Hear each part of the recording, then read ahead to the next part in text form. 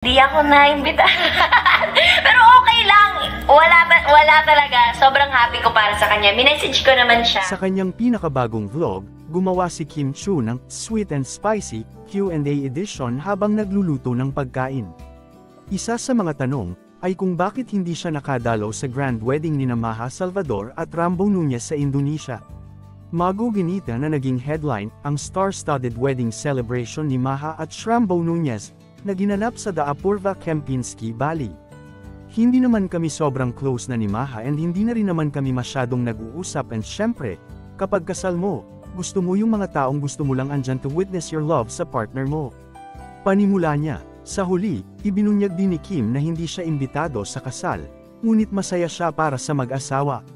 Hindi ako naimbitahan, pero okay lang, wala talaga. Sobrang happy ko para sa kanya, min-message ko naman siya, pagbubunyag ni Kim. Bukod dito, ibinunyag ni Kim na nakausap niya kamakailan si Maha nang may mangyari sa kanyang kapatid. Na-touch din ako nung min-message niya ako dahil dun sa nangyari sa ate ko. Sabi niya pinagpe-pray daw niya yung ate ko and sana raw okay lang ako. Nakausap ko siya nung may nangyari sa ate ko pero siguro sa kasal, hindi naman na yun importante kung imbitado ka o hindi. Basta sa sarili mo masaya ka sa nangyari sa kanila tsaka deserve nila ang isa't isa, sila ni Rambo, sabi ni Kim.